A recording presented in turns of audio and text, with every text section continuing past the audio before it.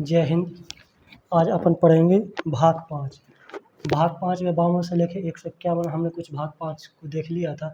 जैसे भाग 5 में क्या है, संघ है। संघ का मतलब केंद्र, केंद्र सरकार से, सेंट्रल से। ठीक है। आज हमने लोकसभा, राज्यसभा और संसद के बारे में हमने पिछले वीडियो में थोड़ा देख लिया था। आज हम देखते हैं थोड़ी, क्योंकि हमें उसी से संबंधित पढ़ना है तो हम थोड़ी रिपीट कर रहे हैं संसद को। संसद शब्द कहाँ से लाए हैं अपन कहाँ से लाए हैं? ब्रिटेन से। ब्रिटेन से क्या लाए हैं? संसद। लेकिन जो संसद भाषा का शब्द है ये क्या है? फ्रांस। फ्रांस भाषा में क्या कहा जाता है? संसद। लेकिन अपन कहाँ से लाए हैं? अपन ब्रिटेन से लाए। संसद के जो अंग होते हैं, अंग कितने होते हैं? 3 होते हैं। एक लोकसभा, राज्यसभा और राष्ट्रपति। कितने अंग होते हैं? 3। लोकसभा, राज्यसभा और राष्ट्रपति। और सदन कितने होते हैं? 2। लोकसभा और राज्य। सदन का मतलब होता है एक जैसे बिल्डिंग है, उसमें बैठे हैं, जैसे जैसे ये बिल्डिंग हो गई। ठीक है। अब इसके सदन क्या हो जाए? एक ये सदन और एक ये सदन। इस तरीके क्या है? एक होगा लोकसभा, एक राज्यसभा। ठीक है। तो ये क्या है? सदन है। ठीक है। हमने पिछली वीडियो में देख लिया था, इसलिए हमने थोड़ा रिपीट कर दिया, क्योंकि हमें उसी से संबंधित यहाँ पे पढ़ना है। तो आर्टिकल 79 यानी 79 में तो संसद है। ठीक है। संसद के अंदर अब क्या है? लोकसभा और राज्यसभा। तो हम पहले आर्टिकल के हिसाब से देखें तो पहले राज्यसभा 80 में है, 81 में लोकसभा है। तो हम लोकसभा को देख लेते हैं 81 को, फिर बाद में राज्य, क्योंकि लोकसभा की ज़्यादा चल। जो अभी चुनाव हुए हैं, ये कौन से चुनाव हुए हैं? लोकसभा के, जो ये 2024 में हुए हैं। ठीक है। लोकसभा के चुनाव हुए। तो इसमें क्या बनते हैं? एमपी। आपने सुना होगा एमपी। एमपी का मतलब member of parliament. Member of parliament. अब जैसे आप मेंबर को आप इंग्लिश में लिखे तो पहला शब्द एम आ जाएगा। ठीक है। एम, ये शॉर्टकट में लिखा है मेंबर। आप पार्लियामेंट में पी आ जाए तो इस तरीके से क्या हो जाएगा? मेंबर एम, तो एम यहाँ पे ले लिया, पी से पार्लियामेंट। ठीक है। अब आप कहोगे ऑफ, ये कई बार साइलेंट शब्द होते हैं, इनको नहीं महत्व दिया जाता। ठीक है। एमपी का मतलब यहाँ मेंबर ऑफ पार्लियामेंट यानी सांसद से है। एमपी का मतलब यहाँ राज्य से नहीं है, मध्य, ना तो आप समझे मध्य प्रदेश या कई दूसरे। ठीक है। कई बार हमें ये देखना हो कि चर्चा कहाँ पे किस चीज़ की हो रही है, हमें उसका वो अर्थ निकालना पड़ता है। ठीक है। अब जैसे एमपी, ठीक है, एमपी, अब इसे हम पीएम कर दें। पीएम का क्या होता है? प्रधानमंत्री, प्राइम मिनिस्टर। अब पीएम का मतलब एक समय भी तो होता है रात का। तो हम देखते हैं कि हम बात कहाँ पे किस चीज़ की कर रहे हैं, तो हमें वो अर्थ निकालना पड़ता है। ठीक है। तो हम काय की चर्चा कर रहे हैं? लोकसभा की। लोकसभा, लोकसभा क्या है? लोकसभा का भी मैम, इसमें क्या बनते हैं? एमपी यानी सांसद। इसमें कितनी सीटें हैं वर्तमान समय में? जो चुनाव हुआ है 545 सीटें। आप कहोगे चुनाव तो 543 पे हुआ है, तो 545 कैसी हैं? चुनाव भले ही 500, चुनाव हुआ 543 पे, लेकिन सीटें कितनी है? 545। भले ही 543, लेकिन सीटें कितनी है? 545। 43 पे चुनाव हुआ है, 45 क्या है? 545 सीटें।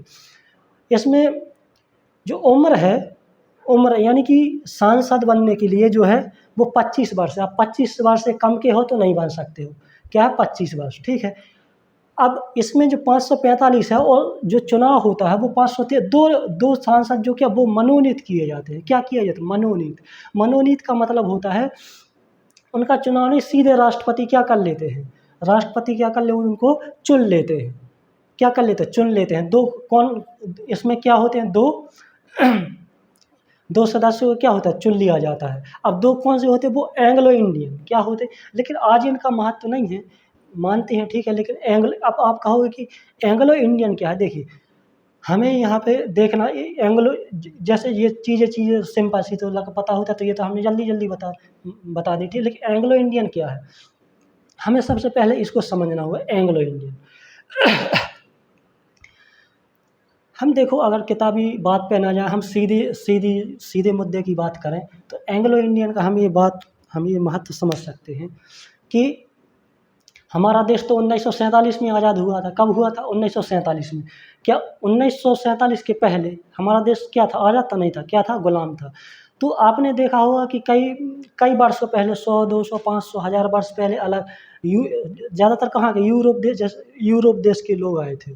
ठीक है। कोई व्यापार करने के लिए, यानी हम सीधे तौर पे ये कह सकते हैं, जो विदेश के नागरिक आए थे, जो विदेश के लोग आए थे हमारे देश में बिजनेस करने के लिए या जो भी काम धंधा करने के लिए, वो क्या हुए? यहीं पे बस गए। ठीक है। पहले समुद्र के किनारे आए थे, हैं। तो हम एंग्लो इंडियन को देखते हैं। और तो अब ज़्यादा इतिहास में ना जाए। तो यानी कि जब हमारा देश आज़ाद हुआ था 1947 के पहले, तो जो विदेश के लोग हमारे देश में आए थे व्यापार में, ज़्यादा कौन आए थे? पुरुष ही आए थे पहले, हैं। तो पुरुष, और जब वो हमारे देश में आए और हमारे देश में रहे, ठीक है, तो पुरुष विदेश के, पुरुष किसी दूसरे देश के, और हमारे देश की क्या थी? महिलाएं थी। तो कहने का मतलब जो दूसरे देश के लोग या दूसरे देश के जो हमारे देश में आए थे, उन्होंने हमारे देश की, यानी दूसरे देश के लड़के और हमारे देश की लड़कियां, उनसे क्या कर ली? शादी। और उनसे जब शादी की तो उनके जो बच्चे हुए, ठीक है, तो उनकी सुरक्षा करने के लिए संसद में क्या करना पड़ा?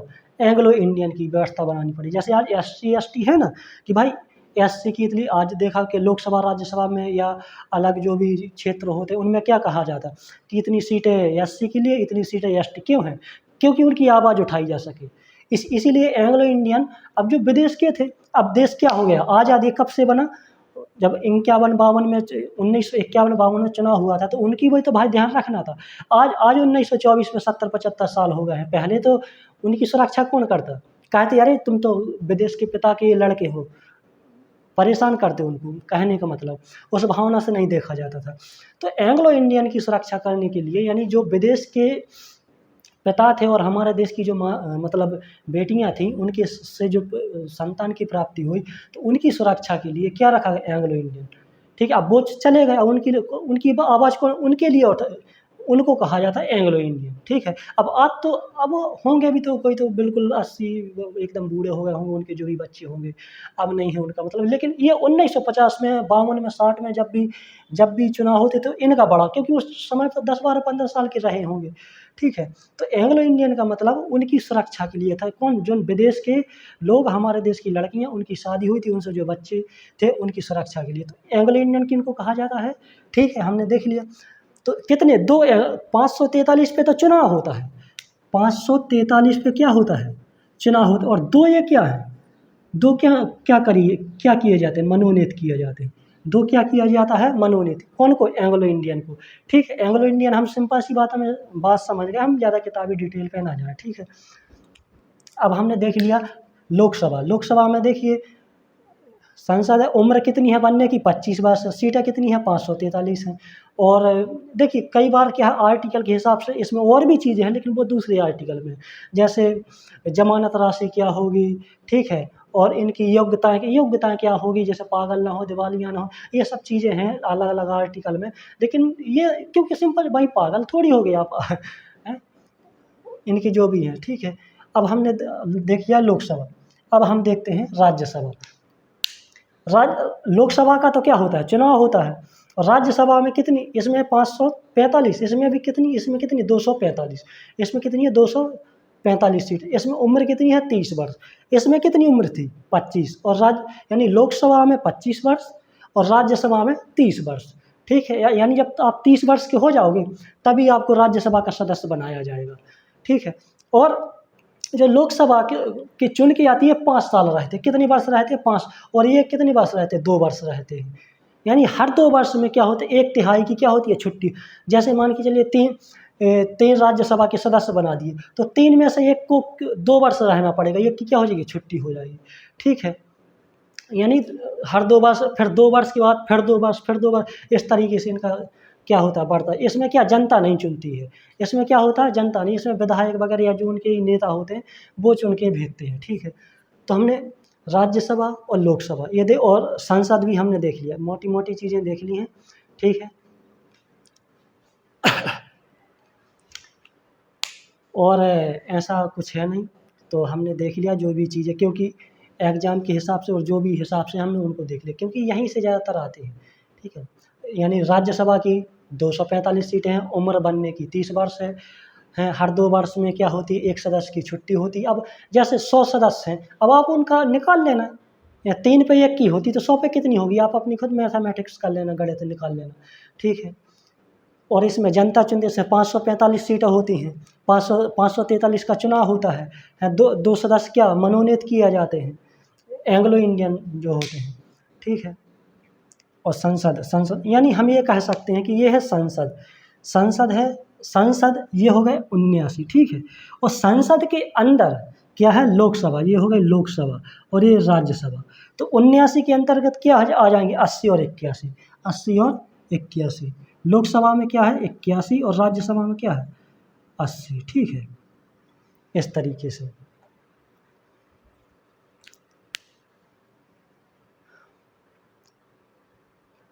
अब ये है कि मतलब और डिटेल में अलग अलग आर्टिकल में देखेंगे, क्योंकि कुछ चीज़ें अब जैसे ये है आर्टिकल 80 है, 81 है। अब 545 सीटें हैं और अब ये क्या चल रहा है 2024। हम एक चीज़ और साथ साथ में कर ही देते हैं, इसको मिटा दें हैं।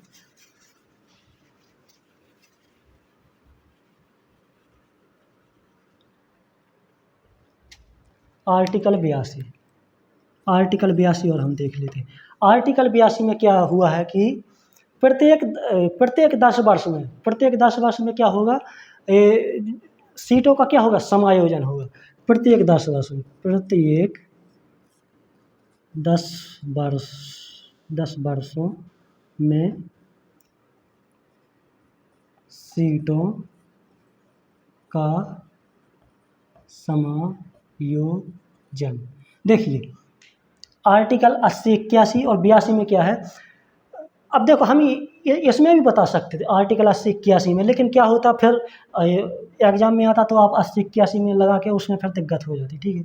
तो 82 में क्या है, प्रत्येक 10 वर्ष, जैसे 10 वर्ष हुए, क्या हुए 10 वर्ष, तो हर 10 वर्ष के अंतर्गत क्या होगी, जनगणना होगी। लेकिन उस जनगणना में क्या होगी, सीटें क्या होगी, सीटों को कवर किया जाएगा, ठीक है। लेकिन क्या ये कर पाते थे, भाई हमारे पास व्यवस्था नहीं थी, क्या नहीं थी, हर बार 10 वर्ष में वो जनगणना तो होती थी, लेकिन सीटें इसलिए नहीं कवर क्योंकि हमारे पास व्यवस्था नहीं थी, वो सुविधा नहीं थी। तो अब क्या हुआ, जब 2001-2 में जब अटल बिहारी वाजपेयी जी थे, तो एक नियम बना दिया गया था कि भाई अभी तो हम सीटों का समायोजन नहीं कर पा रहे हैं, हर 10 वर्ष में जनगणना होगी और सीटों का समायोजन कहाँ से कर दें हैं।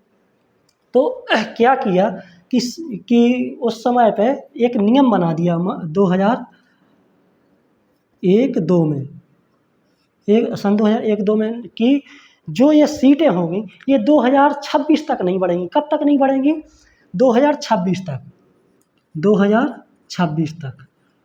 2026 तक नहीं बढ़ेंगी। तो फिर 2026 में तो बढ़ेंगी, 26 उसी समय पर ख़त्म होगा तो फिर उसी समय में बढ़ेंगी, ठीक है। तो कितनी सीटें हैं, 545। कितनी सीटें हैं, 545। जब 545 सीटें हैं और 2026 तक नहीं बढ़ेंगी, यानी 2026 में बढ़ेंगी। भाई अब आप कहोगे 2026 में नहीं बढ़ेंगी, तो वो एक डेट होती है कि उसी वर्ष तक नहीं बढ़ेंगी, फिर उसी वर्ष अगली डेट में तो बढ़ेंगी या नहीं बढ़ेंगी, ठीक है। तो 2026 तक नहीं, लेकिन 2026 में ही बढ़ेंगी, 26, ठीक है। कैसे, और जो अभी ये 545 सीटें हैं, जो क्या है ये 545 सीटें, ये 1971 की जनगणना पर है। कब की जनगणना पर है, 1971 की जनगणना, जो 1971 में जनगणना, और उस समय जो संख्या थी, जो 1971 में जनसंख्या थी, उस जनसंख्या के आधार पर क्या हुआ है, ये 545 सीटें ली गई हैं, ठीक है। और जो एक सांसद होता है, क्या होता है, एक सांसद, ये क्या होता है 10 लाख की जनसंख्या पर, 10 लाख की क्या होता है, एक, जहाँ जिस क्षेत्र में 10 लाख की जनसंख्या होगी वहाँ पे क्या होगा, एक सांसद होगा। अब इसलिए सीटें बढ़ाने की, मान के चलिए कोई क्षेत्र है वहाँ पे 9,90,000 हो गई या 9,80,000 हो गई, तो सिंपल सी बात है भैया 10 वर्ष में तो वहाँ की जनसंख्या 10 लाख हो जाए, तो फिर वहाँ के लिए अलग से, जैसे मान कोई क्षेत्र है वहाँ 9,90,000 हो गई, 9,90,000 जनसंख्या है, तो 10 साल में तो सिंपल सी बात है बढ़ जाएगी 10,000 की नहीं, तो वहाँ पे तो फिर वहाँ के लिए तो एक अलग से सांसद चाहिए। मान के चलिए जैसे 19,90,000, 19,90,000, तो यहाँ तक तो एक सांसद रहेगा, क्योंकि 10 लाख पे है ना। तो जब 20 लाख हो जाएंगे तभी तो 2 सांसद होंगे कि नहीं होंगे, जब 20 लाख होंगे तभी। अब यहाँ तो 19.9 यानी 19,90,000 है, तो जब जब 20 लाख हो जाएंगे, सिंपल सी बात है, 10 लाख में 10 साल में तो 20 लाख हो जाएंगे, तो फिर वहाँ एक नया सांसद मिलेगा कि नहीं मिलेगा। लेकिन व्यवस्था नहीं थी तो नहीं, लेकिन फिर बना दिया गया 2001-2 में कि जो आने वाला 2026 है उसमें क्या होगी, उसमें जो जनसंख्या है वो क्या कर दी जाएंगी, सीटों का क्या हो जाएगा, समायोजन हो जाएगा। अब कब होगी, 2026 में। अब आप कहोगे 2026 में हो रहा है, और आप जो है 2001 की जनगणना के आधार पर मानोगे, जो ये सीटें बनेंगी ना, जो ये सीटों का समायोजन है, ये 2001 की जनगणना के पर बनेगा। कौन सी, 2001 की जनगणना पर। यानी जो 2001 में जो जनसंख्या रही होगी, उसी जनसंख्या के आधार पर क्या होगी, सीटें होंगी। तो यानी जो ये 2024 है ना, आप ये समझो ये 245 लास्ट सीटें हैं अभी, जो ये चुनाव हुआ है ना मोदी जी का, जो ये चुनाव हुआ है, इसमें ये लास्ट सीटें हैं। अब सीट में परिवर्तन होगा। अब आप देखना जो अगला चुनाव होगा 2028 में, 2028 में जो चुनाव होगा उसमें सीटें ये नहीं है, सीटें अब जो 2001 की जनगणना हुई है ना, जो 2001 में जो ये सीटें 245 तो 1971 की जनगणना पर है, 245 तो 1971 की जनगणना पर है। अब 2001 की जनगणना पर जो 2001 की जनसंख्या जो होगी उसके आधार पर सीटें तय की जाए, ठीक है, तय होगी, ठीक है। इसीलिए तो अभी नया संसद बना है कि भाई कहाँ से, ना तो क्या बैठक है, चलो मैं क्या खिसको बन नहीं रहे। तो क्या है, इसी वजह से नई संसद बनी है ना, तो कहें अरे अब ठीक है। तो हमने देखे 81-82, 80-81-82, ठीक है। तो एक चीज़ समझ लो कि जो अभी ये जो ये सीटें हैं वो ये 1971 के अनुसार हैं। अब जो आने वाली सीटें बनेगी वो 2001 की जनगणना के अनुसार 2001 की जनसंख्या पर बनेगी। और जो 2001 में जनसंख्या होगी, सिंपल सी बात है, जो 2001 में जनसंख्या हो उसमें आप 10 लाख से भाग दे देना, है ना, बस आपकी सीटें निकल जाएंगी, ठीक है। तो आज के लिए जय हिंद, जय संविधान।